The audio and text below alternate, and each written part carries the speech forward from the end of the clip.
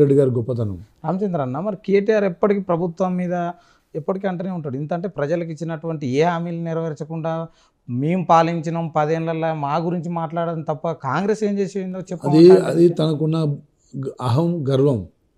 వాస్తవంగా దోపిడీ చేసిన వాళ్ళు వారి కుటుంబ సభ్యులే. దాంట్లో ఆ పార్టీలో కూడా మూడో వ్యక్తి ఎవరు? ఒక ఈటల రాజేందర్ కొంచెం బయటకు వస్తుంటే నొక్కేసారు. సో అహం అనేది పెరిగినప్పుడు ఆ కంటికి ఏది కనబడదు, ఆ చెవులకు ఏది వినబడవు. వారు మసిపూసి మారేడుకాయలు చేసుకుంటూ ఆ 10 సంవత్సరాలు పథకాల పేర్లు చెప్పారు తప్ప పథకాలు ఇక్కడ అందించలే. కానీ ఈరోజు తెలంగాణ అన్ని సామాజిక వర్గాలు అన్ని రంగాల్లో అన్ని విధాలుగా ఉద్యోగస్తులకు మొదటి రోజు జీతం ఇస్తున్నామండి. వాళ్ళు 20 తారీఖు దాకా ఇవ్వకపోయేది. రైతులు పండించిన పంటను కొనుగోలు చేయడానికి ఆ రోజు వాళ్ళు ప్రొక్యూర్ చేసిన ధాన్యం కేవలం 30,000 మెట్రిక్ టన్నులు అయితే మేము ఈరోజు దాదాపు 1,70,000 మెట్రిక్ టన్నులు మరి మేము కొన్నాం.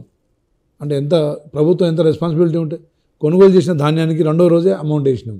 బోనస్ ప్రకటించిన బోనస్ 3 రోజులకే బోనస్ కూడా ఖాతాలో వేస్తున్నాం.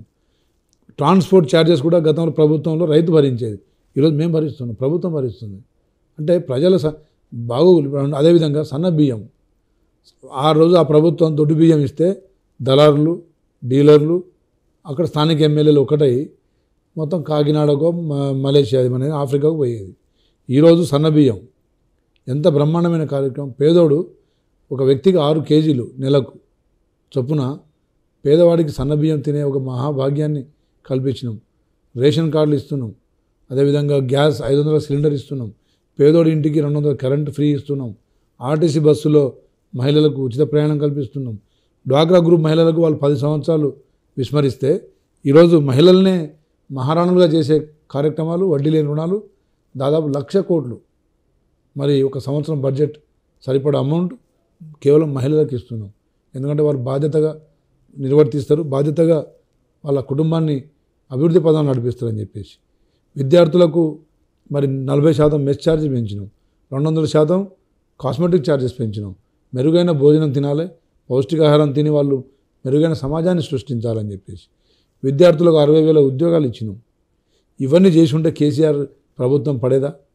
మరి ఇన్ని గొప్ప కార్యక్రమాలు మా నాయకుడు చేస్తుంటే వాళ్ళు నిద్ర పట్టట్లే, లోపల ఇక వాళ్ళ ఉనికి పోతుంది అని చెప్పేసి వాళ్ళు జైలు పాలు కాకుండా ఉండడం కోసం మేకపోతు గాంభీర్యాలు చూపిస్తారు అంతే. అవును, ఇలా కేసీఆర్ కూడా కాళేశ్వరం మీద హాజరు కాబోతున్నాడు. దాని మీద మీరు ఇవన్నీ దొంగ నాటకాలండి.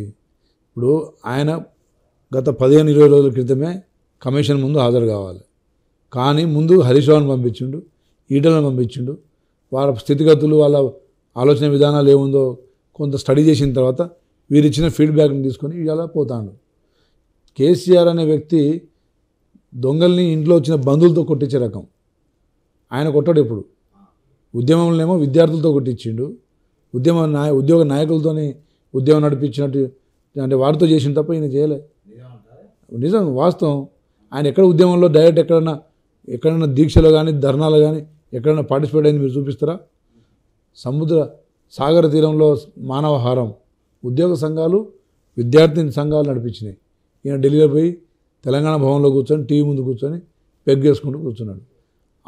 ఏ రోజైనా ఆయన దీక్ష కూడా దొంగ దీక్ష. మీరు మా ఇన్నయ్య గారిని అడిగితే చెప్తారు, లేకపోతే మా గోనె ప్రకాష్ రెడ్డి గారిని అడిగితే చెప్తారు. దొంగ దీక్ష ఆయనతో పనిచేసిన వారితో పనిచేసిన వాళ్ళే కదా వారు. వి ప్రకాష్ గారిని అడిగినా చెప్తారు. వారితో ఎవరు పనిచేసినా వాస్తవాలు బయట. రవీంద్ర నాయక్ గారు ఇంకా బాగా చెప్తారు.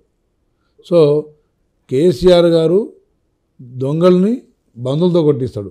దెబ్బ తగిలితే బంధువు తగలాలి, లేకపోతే దొంగ తగలాలి, తప్ప ఆయన తగలొద్దు. సో ఈరోజు కూడా ఆయన హరీష్ రావును, ఈటల రాజేందర్ని ముందు పంపించి ఇప్పుడు ఆయన అన్నీ ప్రిపేర్ చేసుకొని ఎట్లా అబద్ధం ఆడవచ్చు, ఏ విధంగా దాన్ని దారి మళ్ళీయచ్చు. డైవర్షన్ పాలిటిక్స్లో కేసీఆర్ స్ట్రాటజిస్ట్. మరి అంటే ఇప్పుడు ఆయన అసెంబ్లీ కమిషన్ పోవడానికి తెలంగాణ భవన్లో తెలంగాణ తల్లికి దండేసినట్టు, అక్కడి నుంచి అంబేద్కర్ గారికి ట్యాంక్ బండ్ దగ్గర దండేసినట్టు, అక్కడి నుంచి కమిషన్ ఈయన చేసిందే దొంగ పని. మళ్ళీ ఇవన్నీ నాటకాలు, డ్రామాలు ప్రజల్ని దారి తప్పించడం కోసమో, మభ్యపెట్టడం కోసమో, లేకపోతే మాయ చేసుకోవడం నాటకాలు తప్ప, డ్రామాలు తప్ప. కమిషన్ అటెండ్ కావడానికి చక్కగా పోయి అటెండ్ కావాలి కదా. సో ప్రజల్లో ఓ చర్చ జరగాలి. కేసీఆర్ అంటాడు ఆ, ప్రజల మైండ్లో ఏదో విధంగా నెగిటివ్ పాజిటివ్ కానీ ఏదో చర్చలో ఉండాలని అనుకుంటాడు తప్ప ప్రజలకు ఆయన చేసింది శూన్యం. ప్రజలు కోరుకున్న సామాజిక తెలంగాణ రాలే. ఏ సామాజిక వర్గాన్ని న్యాయం చేయలే.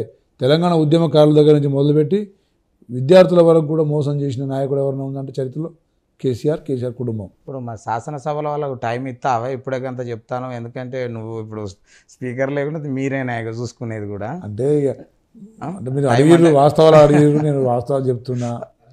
ప్రభుత్వం చాలా చేస్తుంది. కాంగ్రెస్ ప్రభుత్వం గత 75 సంవత్సరాల చరిత్రలో ఈరోజు దేశంలోనే, మన భారతదేశంలోనే మన రాష్ట్రం అభివృద్ధి పదంలో ఉందంటే కాంగ్రెస్ ప్రభుత్వం ఇక్కడ ఎక్కువ రోజులు ఉంది కాబట్టి.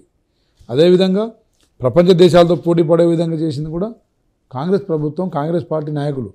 ఆ రోజు జవహర్లాల్ నెహ్రూ గారు భారీ నీటిపారుదల ప్రాజెక్టులు, అస్తవ్యస్తంగా ఉన్న స్వతంత్ర భారతదేశాన్ని మొత్తం ఏకం చేసిండు. భిన్నత్వంలో ఏకత్వం అని చెప్పేసి, సర్వమతాలు ఒకటే, అన్ని కులాలు ఒకటే, మనం భాయి అని చెప్పేసి అందరినీ ఏకం చేసిన ఘనత మహాత్మా గాంధీ గారిది, తర్వాత జవహర్లాల్ నెహ్రూ గారిది, లాల్ బహదూర్ శాస్త్రి గారిది. భారీ నీటిపారుదల ప్రాజెక్టులు, పరిశ్రమలు, విద్యా సంస్థలు, ఐటీఐలు, ఆర్ఈసీలు, మరి ఐఐటీలు, అలాంటి మెడికల్ కాలేజీలు ఇవన్నీ స్థాపించి పరిశ్రమలు BHEL, BDL, DRDL, ECAL, ఇంకా BDL ఏదైనా సంస్థలు పెట్టిందంటే కాంగ్రెస్ ప్రభుత్వం. ఈ 10 సంవత్సరాలు అలాంటి ఏమైనా పరిశ్రమలు కానీ, భారీ నీటిపారుదల ప్రాజెక్టులు కానీ, లేదంటే ఉపాధి ఉద్యోగాలు కానీ, విద్యా వ్యవస్థలు కానీ, విద్యా సంస్థలు కానీ ఆ రోజు వారు ఆలోచన చేసి ఉండకపోతే ఈరోజు మన ఆఫ్రికా లాగా అయ్యే పరిస్థితి ఉండేది. కాబట్టి వారి ఆలోచన విధానాలు, తర్వాత ఇందిరాగాంధీ గారు కూడా పేదరికాన్ని నిర్మూలించాలని గరీబీ హఠావ్, కూడు గుడ్డ గూడు నినాదంతో పేదోళ్ళ గురించి ఆలోచించారు. తర్వాత రాజీవ్ గాంధీ గారు సాంకేతికతను ఈరోజు మనం